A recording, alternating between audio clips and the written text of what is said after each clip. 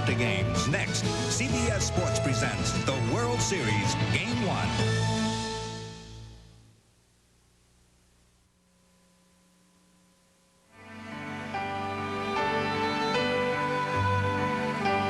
Sherlock Holmes would have loved baseball, the source of countless mysteries. Nonsense, you say. The game is unassuming, almost innocent, played out in the open for all to see. In baseball's essence, you're either safe or out, and you try to score more runs than the other team before your outs are used up. And yet the mystery is there. We are never really privy to what's going on in the dugouts and discussions on the pitcher's mound and in the minds of the players themselves. But the most important and delightful mystery is that we love the game so that the words baseball and America are often paired. Young and old, player and fan, major leaguer and T-baller, the game is us. Baseball and America are a perfect match.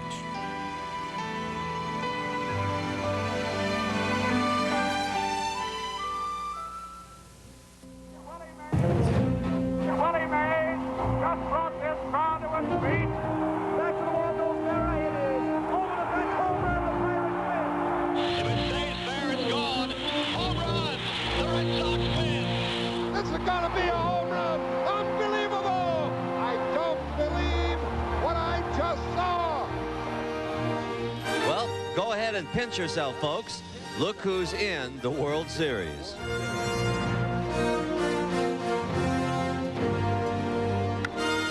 One year ago, they were dead last. Now they're taking dead aim at the title.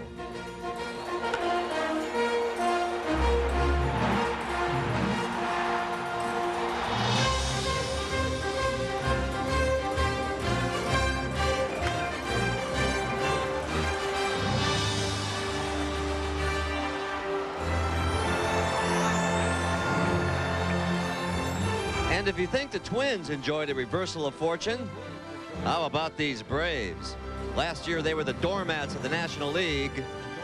Now nobody dares tread on them.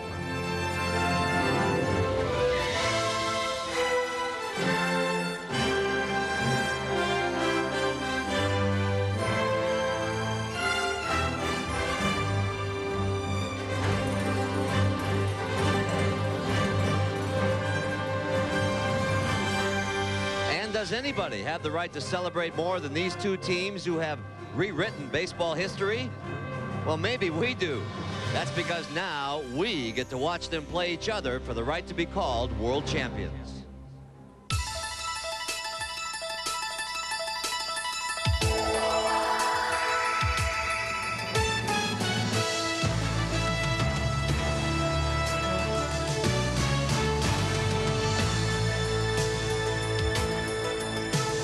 Welcome to Minneapolis. Call it the sports capital of the world if you want, and why not?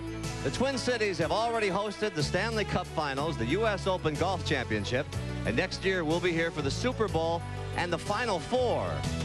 Usually this time of year, the good folks here in the upper Midwest would have the harvest behind them, and they'd be marveling at the fall colors, even as they dust off those trunks full of winter clothing. But now, all that's going to have to wait.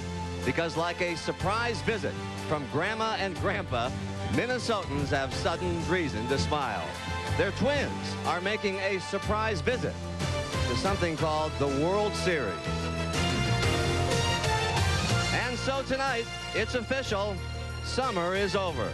It's time for Game 1 of the Fall Classic. Live from the Metrodome, it's the Atlanta Braves and the Minnesota Twins here on CBS Sports. And hi again, everybody. I'm Pat O'Brien. Welcome to Game 1 of the 88th World Series. And what we have here tonight are a pair of cabooses who have been magically transformed into locomotives. Almost nobody else thought they could, but the Braves and the Twins have chugged their way from the cellar to the series. Folks, never in this century has a team gone from worst in its division to first in its league, and yet that's exactly what both teams have done to set up what really is an improbable series. So let's imagine that way back in spring training you had the foresight and the disposable income to wager $200 that Atlanta and Minnesota would meet in the Fall Classic. Well, if you did, congratulations, because at 5,000 to 1 you are now a millionaire. The early storyline on tonight's game is Atlanta manager Bobby Cox's decision to stay with veteran Charlie Leibrandt rather than shift to 20-game winner Tom Glavine. This despite Leibrandt's career record of 0-4 in 6 postseason starts. Well, we didn't switch.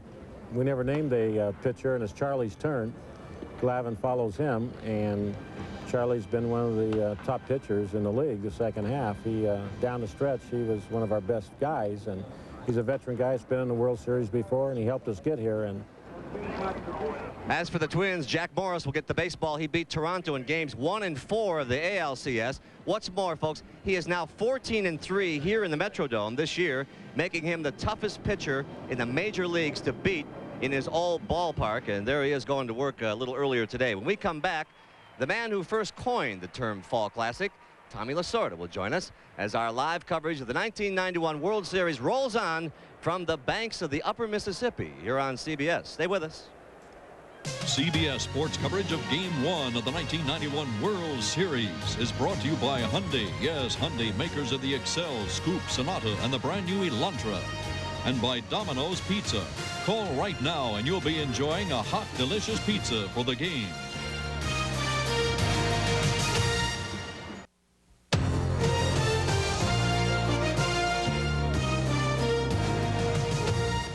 What you love about baseball is that it is a sport that bridges the generations. As we found out earlier today, Tom Kelly, the manager of the Twins, batting practice to Tom Jr., his 10-year-old son, and I'll tell you, he bats left and right, Tom. He looks like a future Dodger.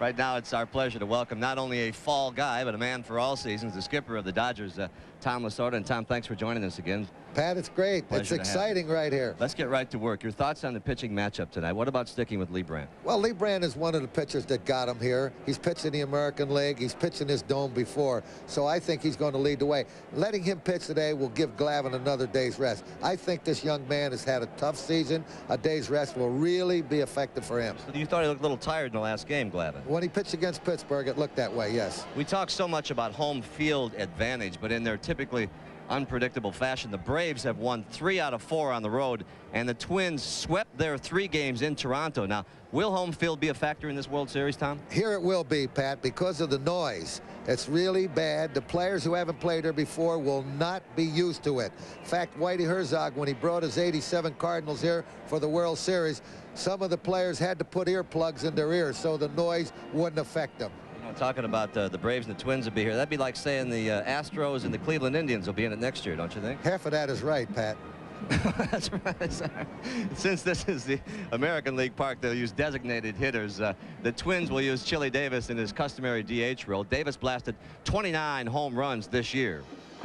For the Braves, Lonnie Smith will DH, which means that Brian Hunter will play left field for only the 2nd time this season. And when fly balls are hit his way, he'll be looking at that white Metrodome roof with those drainage holes up there, and add that to harsh lights and the noise, as Tommy talked about, and it can be a fielder's nightmare. Now, last night, the Braves got their first chance to work out under the dome, and here's how it looked to third baseman Terry Pendleton, Tommy.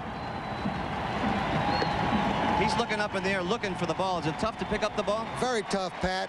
If you take your eye off the ball, you won't be able to pick it up again. I think Hunter and Gant and Justice, playing here for the first time, they are going to have some tough balls to have to catch out there. We'll see. You know, as a kid growing up in Sioux Falls, South Dakota, down the road, about a 3-hour drive from here, my friends and I all knew the lyrics to Win Twins, and we remember vividly the great '65 team with Harmon Killebrew and Zoilo Versailles. And yes, a slim southpaw who actually outpitched Sandy Koufax in Game 2. Well, Jim Kaat is back in the World Series in Minnesota, and let's check in with him for an introduction to a new device we'll be using to cover this World Series for you. From the time we were kids playing baseball in the sandlot, the game has revolved around that confrontation between pitcher and batter. Supervision has provided what we at CBS Sports will call the inside pitch, a closer look where we can track the speed of the pitch the instant it leaves the pitcher's hand until it reaches home plate every 12 feet. During the National League Championship Series, John Smoltz threw a fastball that started at 93 miles an hour. By the time it reached home plate, it was 90 miles an hour. Then Smoltz threw a slider that started at 86 and ended at 83 miles an hour when it reached home plate. With the help of the CBS Inside Pitch, we hope during the course of this year's World Series to give you a little closer look at that battle between pitcher and hitter. Pat? All right, Kenny, thank you. On a serious note, the World Series has drawn a crowd outside the Metrodome. This is a coalition organized by the Twin Cities-based American Indian Movement and includes a number of civil rights activists who have come to demonstrate against what they call a stereotypic and warlike depiction of Native Americans, especially when it comes to fans, they say, who don war paint and Indian headdress and perform the now famous tomahawk chop. If the black athletes, these great men who we know are the best of the best coming to our town here, if they were to see cartoons of Sambo or Amos and Andy between innings being shown on the big screen, they would be outraged. I think anytime there's a significant group of Americans who are concerned about something in baseball, we have to respond, and we will. Owner Ted Turner declined to comment, but club president Stan Kasten had this to say earlier. All of us in the organization, on the field and off the field, have worked all our adult lives to get here, and we're going to focus only on that for the rest of the series. And then when the series is over, we can sit down and address any issue with whatever seriousness it deserves. But as a human being, do you understand their point anyway? Like all other questions on the subject, we're going to hold off any discussion until after the series is over. Right now, we're just going to concentrate on baseball for the rest of the week. The best way to take care of the chop is 4 straight for the Minnesota Twins. So we're not above cheering our own team on, but we do it in a respectful manner. Back to baseball, and on deck, Jack Buck and Tim McCarver will hear from our men in the catbird seats. And we continue live from the Metrodome as you see Jack Morris warming up for his big start tonight. Stay with us.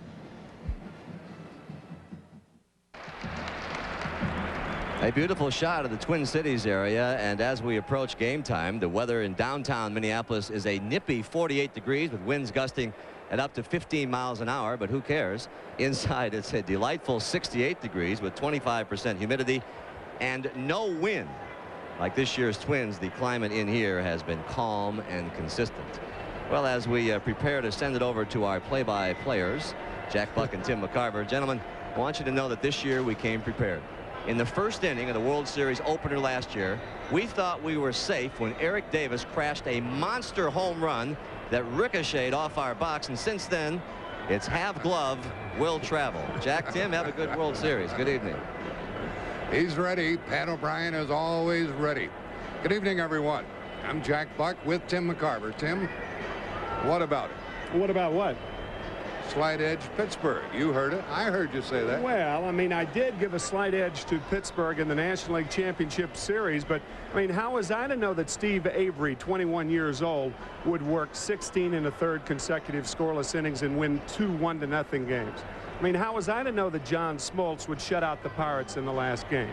How was I to know that Greg Olson would get clutch hits and drive in the only run in Game 6 to send it to 7? And what about you? What about me? You're the one who gave a slight edge to Toronto. Well, I thought third trip to the playoffs. Surely they're bound to win one. And how was I to know that the Minnesota bullpen would pitch 18 1/3 consecutive innings without giving up an earned run? How was I to know? And we're not the only two. We have a fella downstairs, Jim Cott. Jim, what about you? What about me? Well, I heard you say in February, if there's one thing you can book, it's the fact that Minnesota is going to finish last in their division. You said that, didn't you? Yeah, but how was I to know they went out and got Jack Morris and he was going to win 18 games? How was I to know Chili Davis would hit 29 home runs? Carl Willis, who had been in the minor leagues for about the last 6 years, was going to do a great job in the bullpen. And Chuck Knobloch would have the kind of year that'll probably make him Rookie of the Year. How was I supposed to know that? That's how they went from last to first. And by the way, Jack Buck, at that same meeting, I think you picked the Cardinals to finish last. I remember that. Well, how was I to know? The only thing we do know is we're going to have a break here. We're going to meet the players, have the national anthem, the ceremonial first pitch. How are we to know? We'll return to Hubert H. Humphrey Metrodome after this message and a word from your local station.